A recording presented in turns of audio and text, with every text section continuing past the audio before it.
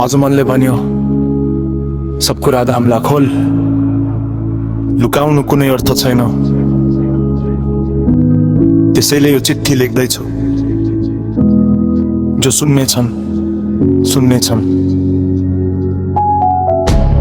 जो घृणा गर्छन् गर्न दिऊ।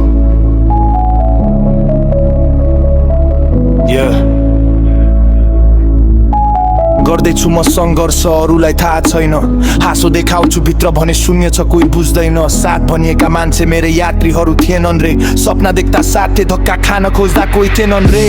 मन भएर रात बिताए, आँसु आफ्नै तकियासँग बाँड्दै।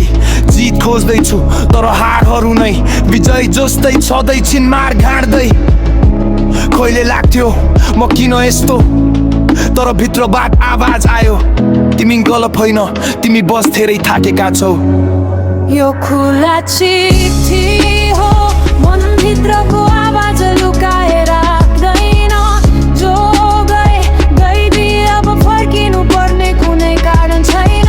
सबै चोटहरूलाई माफ गरिदिए, किनकि म आफैलाई सजिलो पार्न चाहन्छु। भाँचिएको जस्तो देखिए पनि म फेरि उठ्ने मान्छे हो,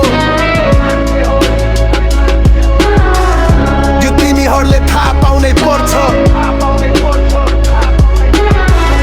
यो तिमीहरूले थाहा पाउनै पर्छ।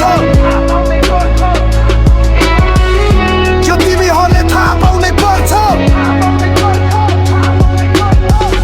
कति मान्छे आए, घाउको नुने लिएर गए। कति मान्छे हाँसे, मेरो लडाईँलाई खेल ठानेर गए। तर समयको कसम मैले सिके, कसलाई नजिक ल्याउने, कसलाई ठिक छ जाऊ भन्ने। बोल्न धेरै छ तर म मौन रहन्छु, किनकि अब म शब्द भन्दा कामले नतिजा देखाउने पक्षमा छु। कति पटक आफैले आफैलाई हराए, तर आज भोलि आफू भित्रको आफू फेला पार्दैछु।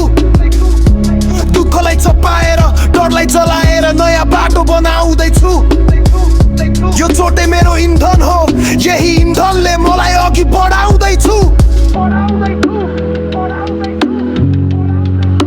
यो खुला चिठी हो, जसले पढ्छ उसैले बुझोस्। कसले घृणा गर्छ उसैले गरिरहोस्। म अब बुझ्दै होइन, म आफैको भर्जन अपडेट गर्दैछु। आज म कमजोर थिएँ, भोलि म दरो हुन्छु। यो चिठी जलेपछि यी पीडाहरू पनि राखेको छ। नयाँ पानाबाट नयाँ योद्धा जन्मिनेछ। दुनियाँले केही भनुन्, म भने यही लेख्छु। म हराएको होइन, म फेरि जन्मिँदैछु।